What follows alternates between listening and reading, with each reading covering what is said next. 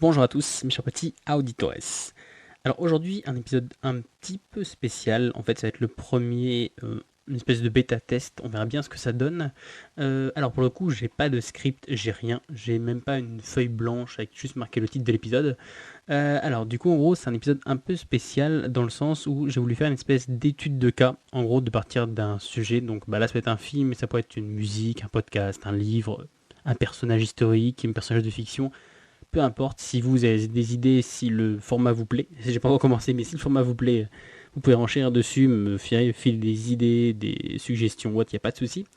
Donc du coup, en gros, ça, l'idée, c'est de se partir d'un élément principal et après d'essayer un peu de l'analyser sous le sens un peu voilà, de la gestion du temps, des développement personnel avec des grands guillemets, et de finalement voir ce qu'on peut en tirer. Parce que oui, je pense que de tout, on peut tirer de tout. Voilà.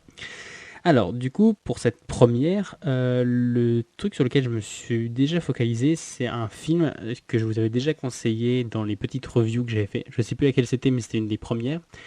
Alors, c'est un vieux film, c'est un film qui date de 2006, qui est, je pense, pas très célèbre, puisque moi je suis vraiment tombé dessus par hasard.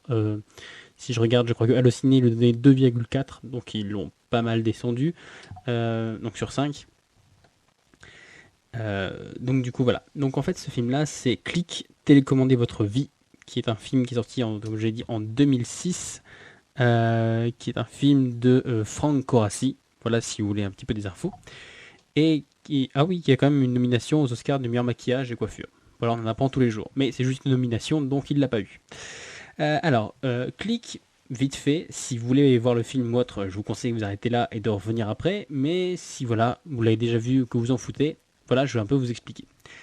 Alors, Click, c'est voilà, c'est un film où en fait c'est basé sur le concept de donc c'est un père de famille qui est interprété par Adam Sandler. À chaque fois qu'il y a un truc qui commence par Adam Sandler, tu peux dire que bon, ça va être un petit peu vaseux, qu'il faut pas trop réfléchir, mais bon, ça va, ça tient la route.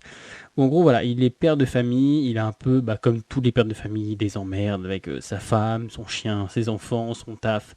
Vraiment pour tout, en fait, comme tout le monde, quoi. En fait, finalement, c'est un mec comme tout le monde. Et jusqu'au jour où, un moment, en allant faire des courses, en allant acheter des couches, je crois, il fait la découverte d'un vieux monsieur perdu à moitié fou, un peu une espèce de doc, mais en beaucoup moins classe, au fin fond de la réserve, un certain Morty, qui en gros lui propose de lui vendre une télécommande. Donc du coup, il lui explique pas vraiment comment ça se passe, mais voilà, il lui dit qu'en gros, grâce à cette télécommande, il pourra diriger sa vie au mieux. Donc voilà, c'est tout. Il repart avec cette petite télécommande ou autre. Et en fait, vite fait, il va se rendre compte que cette télécommande, en fait, elle lui permet de pouvoir faire avance rapide sur des éléments de sa vie. Par exemple, j'ai n'importe quoi, il a un rendez-vous, je sais pas, avec sa belle-mère, une engueulade avec son patron ou autre, un truc bien chiant. Pouf, il appuie sur le bouton, disjouf, ça passe le moment chiant et pouf, en une fraction de seconde, hop, voilà, comme ça, il est enfin arrivé au fameux truc.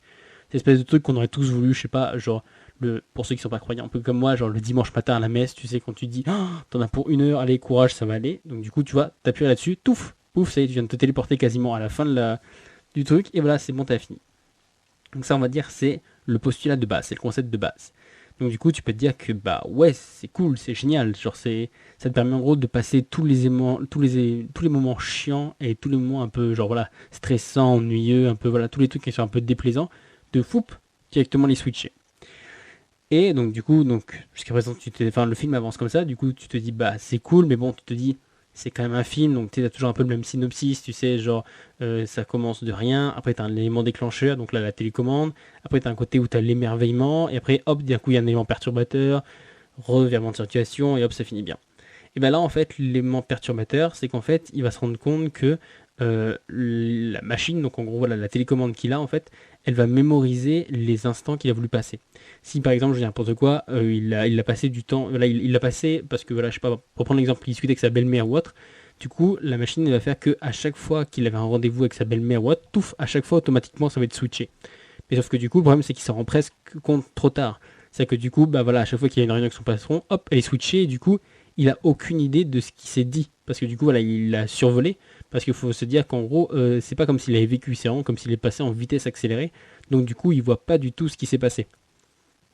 Donc du coup voilà, c'est vraiment de se dire que voilà, comme je t'ai dit, il voit pas du tout ce qui s'est passé, et donc du coup voilà, c'est en fait il fait des espèces de bonds dans le temps au fur et à mesure jusqu'au moment en fait il se rend compte que bah comme à chaque fois il passe les éléments qui sont un peu contrariants ou autres, et que la machine elle les retient, il se rend compte qu'il y a des moments où il y a des parties entières de sa vie qui disparaissent. Genre, voilà, en une fraction de seconde, boum, d'un coup il y a 3 ans de sa vie qui sont passés.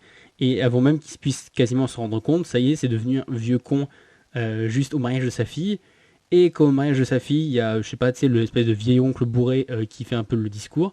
Et que, il y a des années avant, il l'a fait passer, hop, directement il switch. Et donc, du coup, il switch aussi le mariage de sa fille. En gros, il se rend compte que, du coup, en voulant switcher bah, finalement tous les éléments un peu compliqués ou autres, en gros, il passe à côté de sa vie.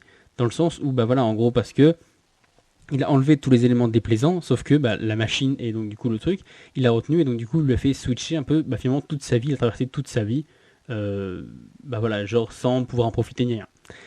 Et alors je me souviens plus trop, mais je crois que c'était une espèce de pirouette scénaristique un peu vaseleuse.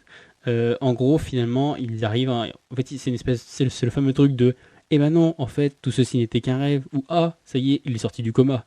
Bon, là, pour le coup, c'est un peu genre, ah non, c'est un rêve, c'est une espèce de vision de l'esprit. Et en gros, voilà, ce fameux Morty, en gros, il lui dit que, genre, c'est une espèce, je sais pas, d'envoyé divin. Je pense pas qu'il ait des ailes ou une armure qui brille à la fin, mais voilà, c'est un peu le truc. En gros, le message du film, c'est en gros, donc, ça fait une espèce de bond en arrière au moment où il revenait chercher ses couches. Et en gros, c'est le truc de se dire que, il lui dit, bah voilà, profite de chaque instant que tu as de ta vie, parce que, bah voilà, si tu les switches, si tu passes à travers sans en profiter, finalement, en gros, bah, un jour tu vas te réveiller, tu seras vieux, con et moche et tu auras passé à travers toute ta vie parce que voilà, tu auras toujours voulu passer vite les éléments un peu chiants, voilà, qui va vraiment te focaliser sur l'essentiel et finalement en fait t'es passé à travers de tout. Voilà, donc ça c'était un peu pour le petit résumé, le petit synopsis du truc. Euh, alors, donc du coup, l'étude de cas, qu'est-ce qu'on peut en dire? Bah du coup, je pense que tu comprends tout à fait pourquoi est-ce que j'ai choisi ça comme premier étude de cas et pourquoi c'est un des premiers films que je vais recommander. Bah, parce que du coup, bah, c'est évident en fait que genre le concept même du film, en gros, c'est ça, c'est de genre de profiter de chaque instant, de se dire que le temps il est précieux et que si plus ou moins tu le dilapides ou tu t'en fous, et bah tôt ou tard ça finira par te tomber dessus parce que bah genre voilà, t'auras en gros t'auras passé tu seras passé à travers ta vie ou voilà, t'auras dilapidé le temps derrière toi. Donc du coup ça je pense que ça peut être le premier truc en gros de se dire que bah voilà finalement chaque minute est précieuse et que bah voilà surtout que bah, à moins que peut-être que tu m'écoutes du futur et que ça y est t'as une plus 5G implantée dans le bras qui te rend immortel.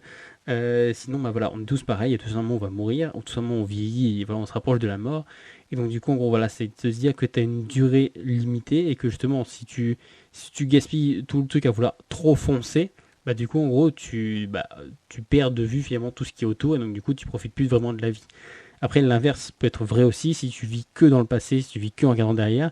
Bah, du coup, c'est pareil, en fait, c'est la même chose dans l'autre sens. C'est juste que bah, finalement, bah, tu vis pas le moment présent et tout le futur juste parce que tu es obnubilé par ce qui s'est passé en arrière. C'est un peu les fameux trucs, tu sais, un peu bouddhistes de genre vivre le moment présent ou autre, mais pour le coup, c'est quand même le cas. Après, l'autre truc que je pense que l'étude de cas qu'on peut sortir de là, c'est en gros, je pense que c'est le vrai cœur du problème, mais c'est pas assez gratté en gros. Parce que voilà, c'est un truc avec Adam Chandler, et puis c'est un truc un peu divertissant, un peu vraiment l'américaine. Euh, et donc du coup, en gros, vraiment le truc, je pense que le cœur du film, en gros, c'est de se dire que il n'y a pas de bons moments ou de mauvais moments, il n'y a pas de trucs qui sont chiants et de trucs qui sont intéressants. Je pense que c'est juste une question de point de vue. En gros, c'est juste de se dire que voilà, n'importe quelle situation, tu peux la rendre chiante si jamais tu veux la rendre chiante, et n'importe quelle situation, tu peux la rendre amusante. Bah voilà, en essayant de lui mettre un jeu, de trouver du sens ou autre.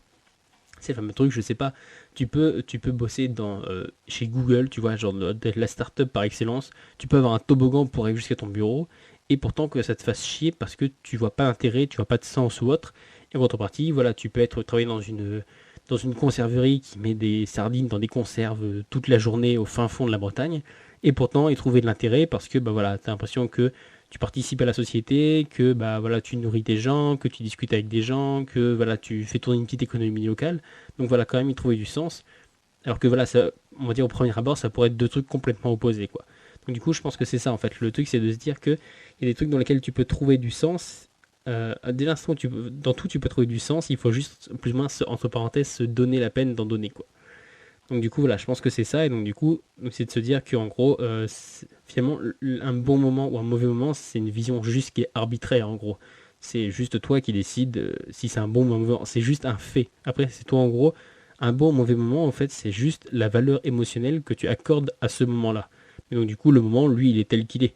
Je veux dire, voilà, t'as plein d'exemples. Bon, après, t'as des trucs toujours un peu extrêmes, mais genre, voilà, des gars qui sont au fin fond du Vietnam avec de la boue jusqu'aux genoux et pourtant, voilà, qui se sentent vivants.